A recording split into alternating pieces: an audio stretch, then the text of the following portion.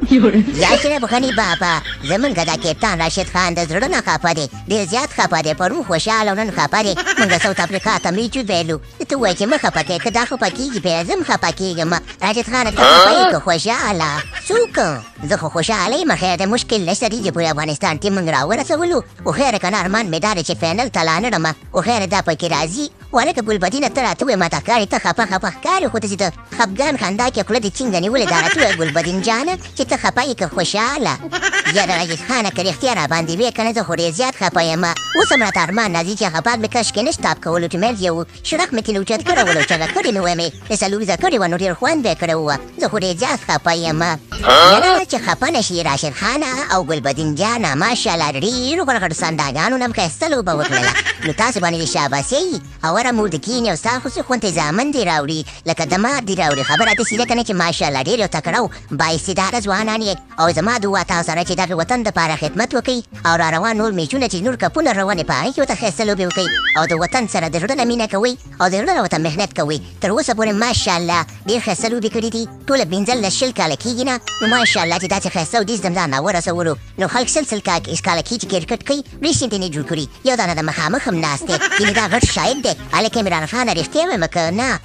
بلکل بلکل اشرف غني صاحب خبره داسې ده که نه چې ته ماشاءالله ډېر رښتیا وې. ما خو چې دا هغه برسونګۍ په زمانه کې هغه کپ ګټلی دی، هغې نه بعد چې دی ما په کپ بیا په سترګو نه لیدلی چې موږ کپ ګټلی. خو خبره داسې ده که نه هغې وخت کې ټول په شمار باندې شپږوتې موږ کرکټ کوو په ټوله دنیا کې. وایي خو ماشاءالله کرکټ دومره ډېر دی نو په دې خاطر یې ګټی هم نه شو، او که د خیره ته الله پاک مهربان یم دې نه بعد بیا په سترګو نه ګورو. خو ماشاءالله ګران افغانستانه تاسو ډېر ښایسته لوبې وکړې او خفه کېږئ به نه.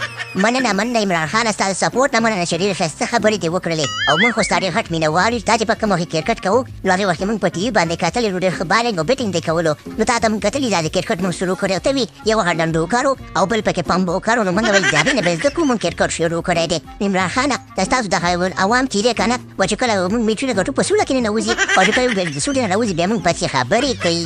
ګوره راشد خانه د چا خبره وایي پر حد کې خو به د هر سړی یار شي، یار هغه ده چې په سخته کې په کار شي. نو ګرانه راشد خانه دا پکې راځي دا چې دی که نه دا ځیم په جیل کې اچولی یم، څوک مې پوښتنه نه کوي. خبره داسې ده که نه چې هغه قصه کې مه اوسېږئ چې کله یې ګټې نو هر سړی وایي چې ماشاءالله، خو چې کله یې پیلي هر سړی به ورته وایي چې نه کنه تاسې نه کنه تاسو بېمانه. نو ماشاءالله خیاطه میچونه کوئ او خپل همت کوئ او داسې د افغانستان دپاره لوبې وګټئ. نو زما دعا در سره ده چې تاسو میچونه وګټئ، خفه کېږئ به نه. دا چې دی که نه سرچپه مخلوق دی نو په دې خبرو به یې نه خفه کېږئ. بلکل راشد خانه دا عمران خان دا ته ډېرې ښې خبرې وکړې او په همدغې باندې عمل کوئ او خپل وطن دپاره خدمت وکړئ.